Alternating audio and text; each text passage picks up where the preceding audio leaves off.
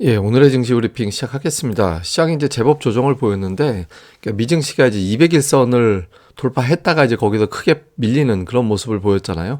그러니까 이번 반등이 끝난 거 아닌가? 긴축 완화에 대한 기대감으로 올라갔던 게 이것으로 마무리된 거 아닌가? 이런 우려가 좀 있었고, 특히 이제 테슬라 같은 시가총액 최상위 종목을 6% 이상 밀어낼 정도라면, 예, 그렇다면 시장 분위기가 정말 안 좋은 거일 수도 있다. 좀 조심하고 보자. 이런 어떤 정사가 나왔고요. 제가 어제도 이제 말씀드렸지만 최근 들어서 보면 종가가 거의 저가 수준으로 마감되고 있거든요. 그러니까 내일까지 주식을 들고 있으면 바로 또 손해 날 것 같다. 이런 걱정을 하고 있는 거예요. 오늘도 역시 이제 종가가 저가로 마감이 됐죠. 그러니까 투자자들이 시장 자체에 대해서 상당히 좀 불안한 그런 이제 감정을 갖고 있다라는 겁니다. 특히 이제 코스닥 같은 경우는 오늘 뭐 금리라든가 하여튼 긴축 이런 게 이슈가 되다 보니까 시가총액 상위 20위까지 모두 하락했습니다. 그러니까 상승한 종목 없이 아예 다 하락하면서 코스피보다 코스닥에 있는 종목들 그리고 코스닥 지수 자체가 더 많이 하락하는 그런 모습을 좀 보였죠. 뭐 영향을 준 뉴스를 보면 우선 그러니까 월스트리트 저널에서 이제 연준이 금리를 5% 이상 올릴 것 같다. 그 2월에도 빅스텝 가능할 것 같다라는 주장을 했습니다. 그러니까 지금 시장에서 그리는 시나리오는 연말에 0.5, 내년도에 0.25씩 두 번, 그리고 끝. 이런 거 이제 생각하고 있는 건데, 오늘 보도, 이게 굉장히 유명한 사람이잖아요. 이 월스트리트 저널에서 연준 보도하는 사람은 굉장히 유명한 사람이죠. 근데 그래서 신뢰감을 이제 가져야 된다. 이런 어떤 취지로 올린 것 같은데, 어쨌든 이번에 0.5, 2월에도 0.5, 그리고 내년도 이제 터미널 금리는 5%로 훌쩍 넘어갈 가능성이 있다. 그럼 긴축을 세게 한다라는 거고 그 근거는 최근에 고용 지표라든가 이런 지표 때문이죠. 그래서 아무래도 긴축을 세게 하면 신흥시장 쪽에서는 자금이 나가는 거 그럴 가능성이 높다라고 본 거고 또 하나는 이제 테슬라 앞서 보여드렸습니다만은 중국 공장에서 12월 생산량을 20% 감축한다라는 보도가 어제 블룸버그에서 나왔어요. 근데 사실 아니라고 부인했거든요. 근데 주가는 빠졌어요. 그러니까 부인을 해도 주가가 빠질 정도라면 투자 심리가 굉장히 안 좋은 거다. 정말 경기 침체 때문에 실제 저렇게 수요가 줄어들지도 몰라. 이런 걱정을 아니라고 해도 하고 있다라는 거잖아요. 여기에 대한 부담. 그 다음에 이제 월가 쪽집게, 이제 쪽집게래요. 아예 이 사람. 마이클 리슨이 베어마켓 랠리는 다 이제 왔다. 그러니까 파티가 끝났다. 그러니까 이런 주장을 하면서 이젠 주식을 팔아야 될 때라고 얘기를 했거든요. 그런데 이제 차트 첨부한 게 요게 이제 201선을 돌파하고 나서 추세선을 이제 돌파하고 나서 이제 올라왔는데 이걸로 끝났다. 추세선을 거보면 딱 그 위치 당초 이 사람이 뭐 한 4,150 정도 이야기한 것도 요 차트 그려가지고 이야기한 거였거든요. 그래서 전체적으로 좀 비관론자들의 주장도 많았고 여기 이제 미중 무역 갈등 가능성, 그러니까 중국산 철강 알루미늄 제품에 대해서 새로운 관세 부과한다라는 이야기가 또 보도로 나왔잖아요. 그러니까 이런 것들이 좀 겹치다 보니까 지금은 좀 다음 주 일정도 있고 하니까 매수하기는 좀 불편해. 이렇게 생각한 것 같습니다. 그리고 수급에서는 기관이 오늘 많이 팔았는데 금융투자는 어차피 매수로 바뀐다고 치더라도 외국인들이 독특하게 매매를 했어요. 그러니까 오늘 10시 40분경에 한 1,400억 정도 순매도, 그때만 해도 이제 순매도가 되게 셌었는데 딱 그때까지였거든요.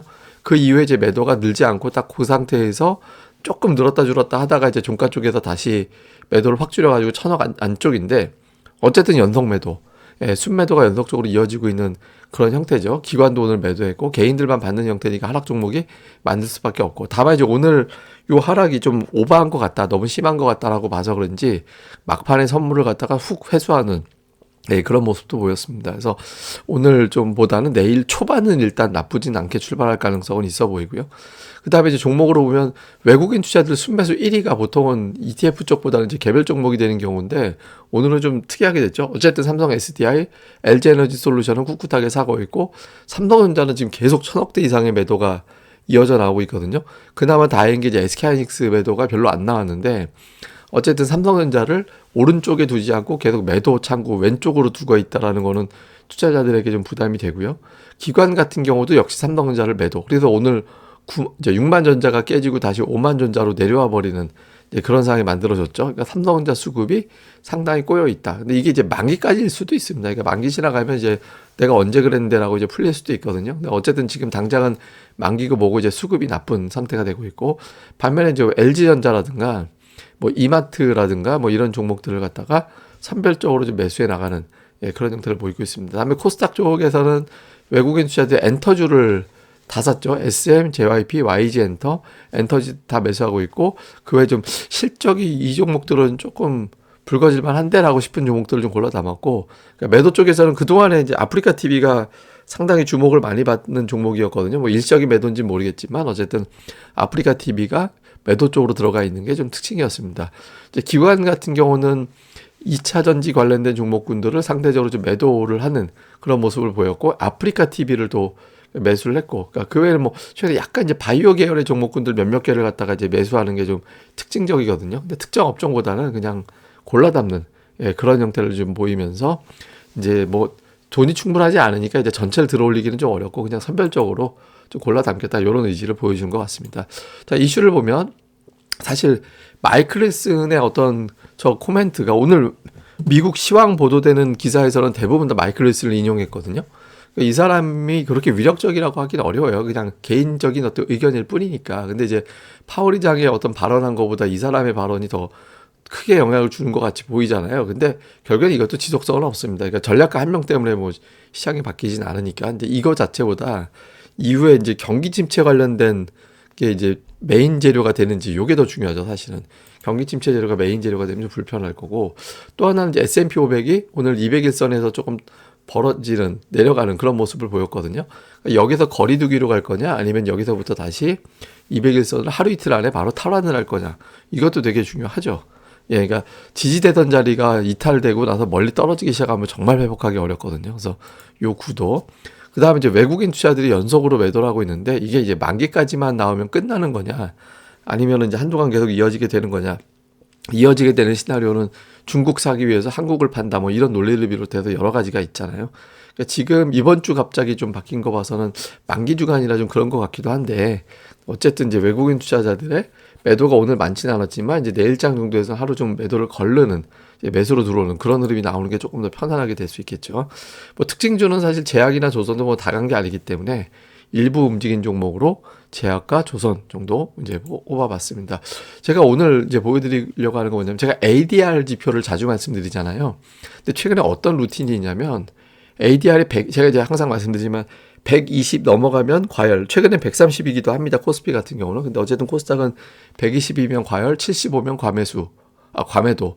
코스피는 120 과열, 80은 과매도. 이렇게 보는데, 최근에 뭔 특징이냐면 ADR이 120을 가면 하루 이틀 안에 1200 종목 이상 하락을 해요. 이날 120개 갔더니 그 다음날 1200개 하락, 120 갔더니 그 다음날 지금 상승, 제가 제일 알건 표기 잘못했습니다. 120 갔더니 1200개 하락, 120개 갔더니 1260개 하락, 120개 갔더니 1220개 하락. 그러니까 좀 이게 시장이 어느 정도 올라가면 그 고비를 넘기지 못하고 계속 때리기가 반복되는 형태가 되고 있거든요.